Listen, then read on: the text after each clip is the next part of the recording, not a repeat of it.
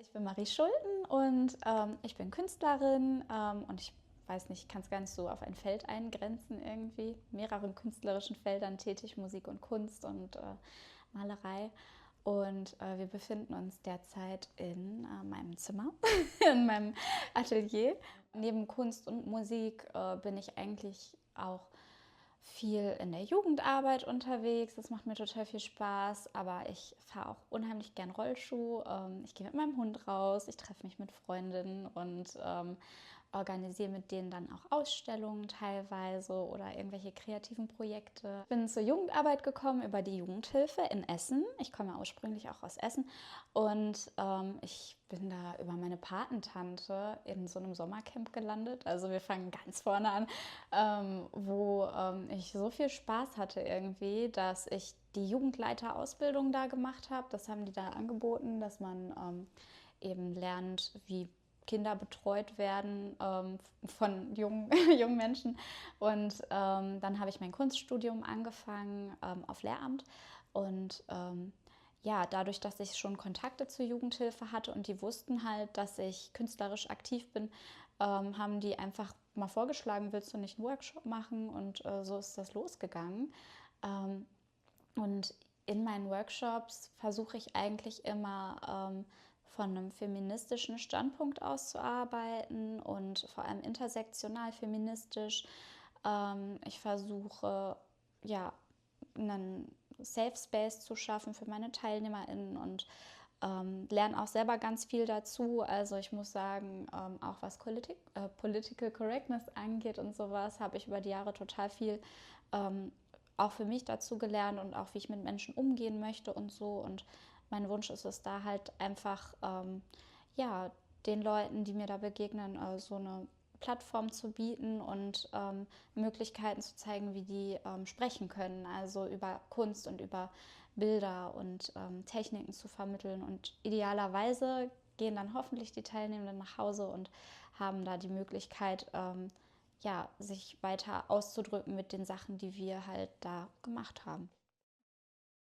Ich weiß, wir haben also mehrere Skateplätze hier in der Nähe, was ich super cool finde. Die werden auch viel benutzt irgendwie. Es sind, glaube ich, echt viele junge Familien auch in die Gegend gezogen und so. Deswegen hoffe ich einfach, dass noch mal ein bisschen mehr passiert.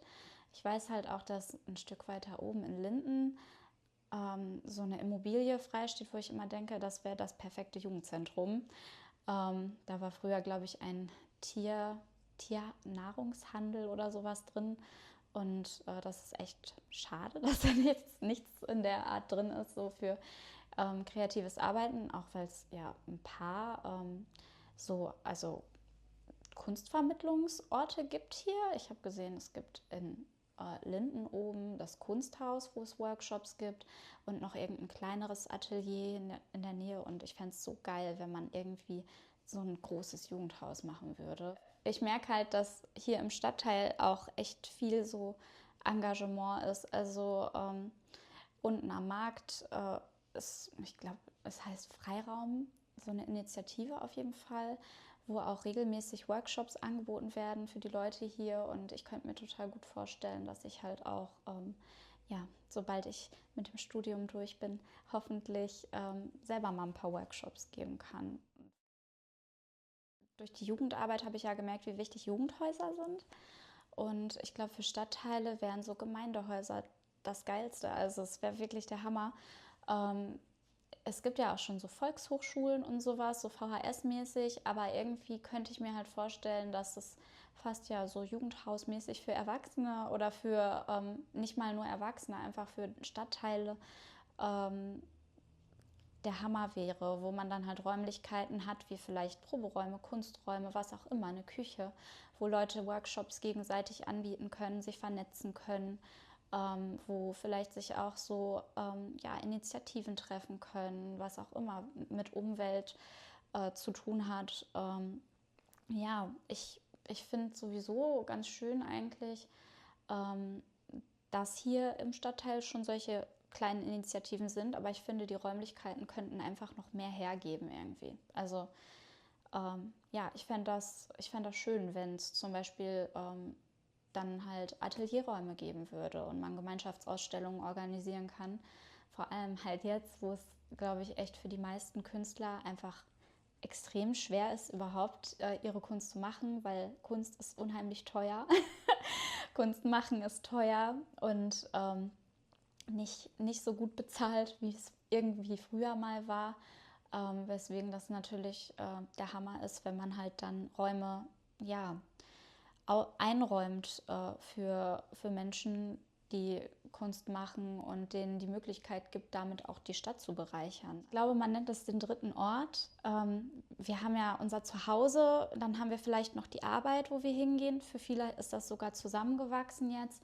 Und es gibt, man muss, glaube ich, sich aktiv dann den dritten Ort suchen, was vielen Leuten vielleicht auch ein bisschen schwer fällt, da einen zu finden, und über Jugendarbeit oder halt so Gemeindearbeit, über Workshops, die offen sind, oder halt ja, Aktionen, die man vielleicht auch gemeinsam durchführen kann, die dann für einen schöneren Stadtteil sorgen oder was auch immer, schafft man halt einen dritten Ort für viele Leute. Und besonders in so einer Zeit, in der sehr viel Digitalisierung stattfindet, ist das, glaube ich, extrem wichtig, solche Orte zu haben, die total zugänglich sind. Also und wo sich die Leute dann auch selbstverständlich wohlfühlen können und ja, wo es selbstverständlich ist, dass sie da sein dürfen. Was sind Angsträume überhaupt? Also Räume, in denen sich halt auch vor allem ja, Minderheitengruppen, aber besonders eben auch Frauen sehr, sehr unwohl fühlen und queere Menschen. Ähm, Warum ist ein Raum ein Angstraum? Was macht einen Angstraum zum Angstraum? Und das hat ganz viel auch mit sozialer Kontrolle zu tun. Und das klingt erstmal total gruselig, aber soziale Kontrolle ist eigentlich hauptsächlich, wenn wir an einem Ort sind, wo andere Menschen sind. Weil man würde sich ja erhoffen, dass wenn jemand sich nicht einem sozialen Kodex zufolge verhält, da dann Menschen sind, die einschreiten würden. Und alleine der Gedanke, dass da Leute um einen rum sind, ist ja schon sicherheitgebend. Und viele Räume sind so konzipiert, dass die einerseits total unübersichtlich sind, dass du gehst da durch und du weißt halt als Person, die eben einer ja, vulnerablen Gruppe, einer angreifbaren Gruppe angehört, nicht, was ist hinter der nächsten Ecke. Es ist dunkel, es ist nicht gut einsehbar. Und vielleicht dann eben auch noch besonders nachts, wo keine soziale Kontrolle da ist. Und in solchen Räumen, wenn die so konzipiert sind, werden Leute halt automatisch von denen ausgeschlossen, weil die natürlich dann gemieden werden. Und ja, besonders Frauen schließen sich dann von diesen Räumen aus, und es werden dann irgendwelche Lösungsansätze gesucht, die das Symptom behandeln, also Frauentaxis oder sowas. Aber im Prinzip sind sie ja trotzdem dann vom Raum ausgeschlossen. Und ich habe überlegt, wie sehen solche Räume aus, und wie kann man die halt malerisch dann darstellen. Und ja, da ganz viel mit Unübersichtlichkeit gearbeitet, mit Dunkelheit, mit Leere. Viele Angsträume sind zum Beispiel Bahnhöfe. Also an Bahnhöfen hat man halt viele Ecken, ja, die nicht überwacht sind, die relativ dunkel gehalten sind, die unübersichtlich sind. Die Leute kommen schnell hin und schnell wieder dort weg. Und man begegnet sich zwangsläufig. Das sind Orte, die man aufsuchen muss. Also wenn man jetzt nicht so privilegiert ist, dass man sich ein Taxi leisten kann jedes Mal, dann und sich auch nicht vom Nachtleben ausschließen will, dann muss man halt den Bahnhof aufsuchen, und das auch nachts. Und oft haben diese Bahnhöfe dann so ein Layout. Es gibt halt auf einen Art tunnelartigen Aufbau, einen Ausgang da, einen Ausgang da. Manchmal gibt es auch nur einen Ein- und Ausgang, was im Prinzip ja wenig Fluchtwege sind und total gruselig halt. Ja, und manchmal sind die dann auch noch sehr, sehr schlecht, in schlechtem Zustand, dass sie optisch und ästhetisch zudem noch total gruselig sind. Ja, was halt auch so eine Sache ist, ist, dass wenn so ein Bahnhof zum Beispiel dann in so einem maroden Zustand ist, es gibt das Broken Window Theorem, dass wenn halt ein Ort schon beschädigt ist, Leute wissen, das ist kein Ort, der überwacht ist, der kontrolliert ist oder der besonders viel beaufsichtigt wird. Deswegen wird der Ort dann weiterhin schneller zerstört. Also wenn ein Fenster an einem Haus eingeschmissen ist, dann ist es wahrscheinlicher, dass das Haus halt weiterhin beschädigt wird mit Graffiti oder was auch immer, weil der Eindruck entsteht, es kümmert sich niemand.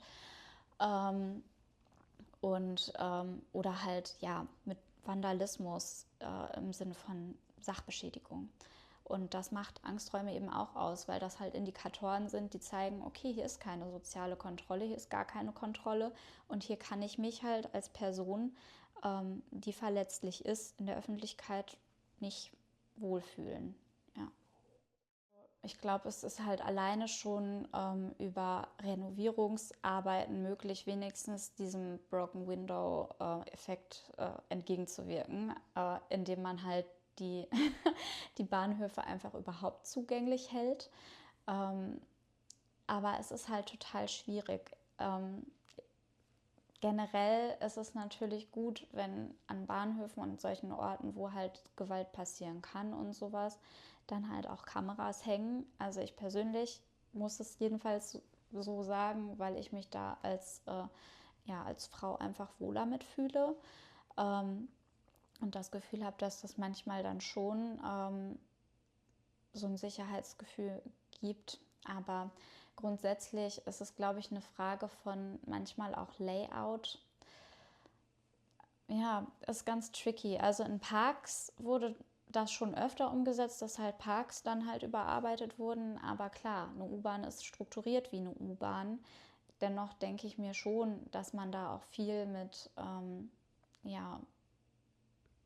Umbauten, mit offenen Flächen arbeiten kann, die Aufzüge intakt halten, alleine schon Rolltreppen intakt halten. Da haben halt auch sowieso alle was von. Also generell Orte instand zu halten, ist, glaube ich, so das Bare Minimum, was man da machen kann. Barrierefrei auf jeden Fall oder barrierearm wenigstens, so gut wie möglich halt. Also die ideale Stadt ist halt barrierefrei. Ist eine Stadt, an der alle partizipieren können, in der alle sich bewegen können.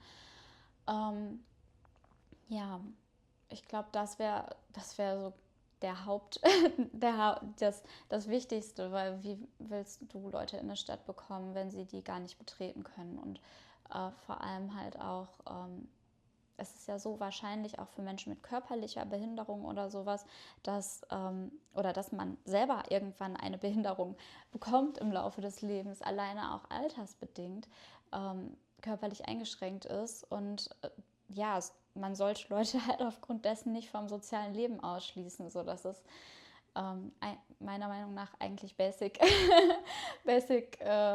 menschliches Denken und das wäre, glaube ich, wichtig. Ich glaube, man muss tatsächlich auch irgendwie die Leute informieren. Also es müssten gute Werbekampagnen geschaltet sein, denn man kann so viele gute Angebote haben, wie man möchte. Wenn keiner davon weiß oder sich angesprochen fühlt, sich eingeladen fühlt, dann bringt das halt nichts, weil dann weiß vielleicht ein ganz kleiner Kreis, ja, okay, es gibt irgendwie was, aber das wird oft sterben solche Programme halt einfach, ja, weil nicht genug Werbung geschaltet wurde, weil nicht genug Leute informiert wurden und so. Deswegen auch eine Stadt, die eine Möglichkeit schafft, dass die Leute sich einfach informieren können, wo was angeboten wird. Ja, ich finde, in Bochum, in der Innenstadt ist es auf jeden Fall, wenn wir jetzt Stadt-Innenstadt denken, gibt es ja schon viele Orte, wo auch keine Autos fahren und das finde ich auch gut so. Ich habe vorher sehr städtisch gewohnt und wenn ich hier vor die Tür gehe, ist es überhaupt nicht weit, bis man in so eine Art Naherholungsgebiet kommt. Also die Ruhr ist ja direkt hier in Dahlhausen. Man kann da echt zu Fuß hinlaufen. Ja, das ist einfach ein ganz großer, toller Luxus und so spezifisch halt für diesen Ort und auch, dass hier eben dann Naturschutzgebiete auch in der Nähe sind und das so aufrechterhalten wird und alles irgendwie auch ein bisschen mystisch fast schon wirkt durch diese, ja, es ist Bergbau, ich wahrscheinlich nicht, aber diese ganzen Schächte und ja, alten Gänge, die da irgendwie teilweise zugemauert im Berg sind und man kann sich, keine Ahnung, vorstellen, was auch immer da passiert ist in der Vergangenheit. Es ist unheimlich spannend irgendwie. Also man sieht halt überall so diese Überreste der Geschichte und gleichzeitig wächst hier das Grün und die Ruhe tritt über die Ufer und verändert sich mit jeder Saison. Also man merkt irgendwie, man hat so ein anderes Konzept von Zeit, wenn man so naturnah wohnt. Gemeinschaft und für mich ist es am schönsten, so mein Glück zu teilen. Also wenn ich etwas mache, was mich glücklich macht, bin ich doppelt so glücklich, wenn ich jemanden dabei habe, der sich auch drüber freut. Weil ich dann halt glücklich bin, dass die andere Person auch noch glücklich ist. Und für mich ist also Glück immer auch im Zusammenhang mit anderen Leuten, weswegen ich glaube, so diesen Gemeinschaftsgedanken auch persönlich unheimlich wichtig finde, weil ich ganz viel Glück in Community finde und zu sehen, dass andere Leute ja, das schaffen, so ihr eigenes Glück zu finden, selbstständig ihre Wege zu, zu ebnen, zu betreten und ja, auch irgendwie, ich glaube, so dieses gegenseitige Wohlwollen. Also in einem sicheren Raum zu sein mit Leuten, die ich gerne mag und Leute, die mich gerne mögen und füreinander das Beste zu wollen. So, das ist für mich die Basis.